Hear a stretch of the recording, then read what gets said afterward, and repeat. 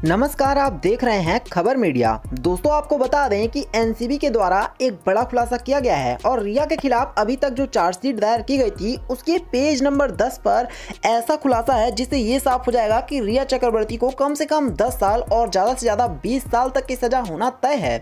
इसका मतलब ये है कि रिया चक्रवर्ती के पूरी तरह से बुरे दिन चालू हो चुके हैं। आप सभी ने देखा होगा कि जब रिया चक्रवर्ती को जमानत मिली थी तो उसके बाद रिया चक्रवर्ती, शोभित चक्रवर्ती और तमाम लोग जो कि सुशांत सिंह राजपूत केस में दोषी करार पाए गए थे, वो लोग बहुत ज़्यादा खुश थे। उनको लग रहा था कि अब उनकी दुनिया सिर्फ और सिर्फ जेल के बाहर है। उन्होंने जो कुछ भी किया उसके लिए उन्हें कोई सज़ा नहीं मिलेगी। लेकिन एनसीबी के पास उस टाइम पर कोई सबूत नहीं था। हाई कोर्ट ने ये कहा था कि तुम लोगों को रिया को छोड़ना ही होगा क्योंकि तुम्हारे पास पूरी तरह से पुख्ता सबूत नहीं है और रिया चक्रवर्ती जेल के बाहर थी। लेकिन इसके बाद एनसीबी ने असली कार्रवाई शुरू की। हमने आपको बताया था कि एनसीबी लगातार छानबीन कर रही है और एनसीबी ने एक बार फिर से रिया के खिलाफ पेज पलटने चालू किए और रिया के खिलाफ एनसीबी ने तमाम इलेक्ट्रॉनिक गैजेट्स जब्त करके उसकी ऐसी जाँच करी, ऐसा फॉरेंसिक जाँच के लिए उसको भेजा कि उसके बाद तो पूरी तरह से खुलासा हो गया और रिया चक्रवर्ती को इस पेज में चार्जशीट के पेज पे 10वें नंबर पर रखा गया है। आपको बता दें कि रिया चक्रवर्ती के खिलाफ कुछ ऐसे गंभीर सबूत मिले हैं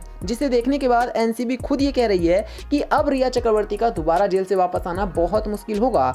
जी हाँ, जो रिया चक्रवर्ती एक टाइम पर अपने आप को ये सोच रही थी कि अब उसका कुछ भी नहीं हो सकता। हमने ये देखा कि रिया चक्रवर्ती जेल से बाहर आने के बाद पार्टी तक करने लग गई थी। इतना ही नहीं, रिया चक्रवर्ती एक नया घर तलाशने की उम्मीद में थी और इसी वजह से एनसीबी ने रिया चक्रवर्ती से ये कहा था कि वो कहीं पे भी अपने शहर को छोड़ करके नहीं जा, क्योंकि एनसीबी को ये पूरी तरह से विश्वास था कि रिया चक्रवर्ती ने कुछ ऐसे कारनामे किए हैं जिसके बाद उनका एक बार फिर से एनसीबी के पास आना बहुत जरूरी है और रिया चक्रवर्ती को एक बार फिर से कोर्ट तो जाना ही पड़ेगा। और इसी वजह से अब जो एनसीबी ने चार्जशीट लाई है उसे देखने के बाद रिया के पूरी तरह से होश उड़े हैं। आपको जानकर हैरानी होगी कि जो रिया चक्रवर्ती का वकील है सतीश मान सिंधे, उसने भी अपने सर पर हाथ रख लिया है और उसका ये कहना है कि अब तो भगवान ही ये सब कुछ जाने, मुझे भी कुछ नहीं पता कि आखिर इस केस में क्या चल रहा है। तो कुल मिलाकर के जिस पर रिया चक्रवर्ती को सबसे ज्यादा भरोसा था सतीश मान सिंधे पर, अब उसने भी अपने सर पर हाथ रख लिया है और उसको भी यही कहना है कि अब भगवान ही रिया चक्रवर्ती को बचा सकता है। तो यहाँ पर तो साफ है कि रिया चक्रवर्ती का अब सिर्फ और सिर्फ भगवान ही मालिक है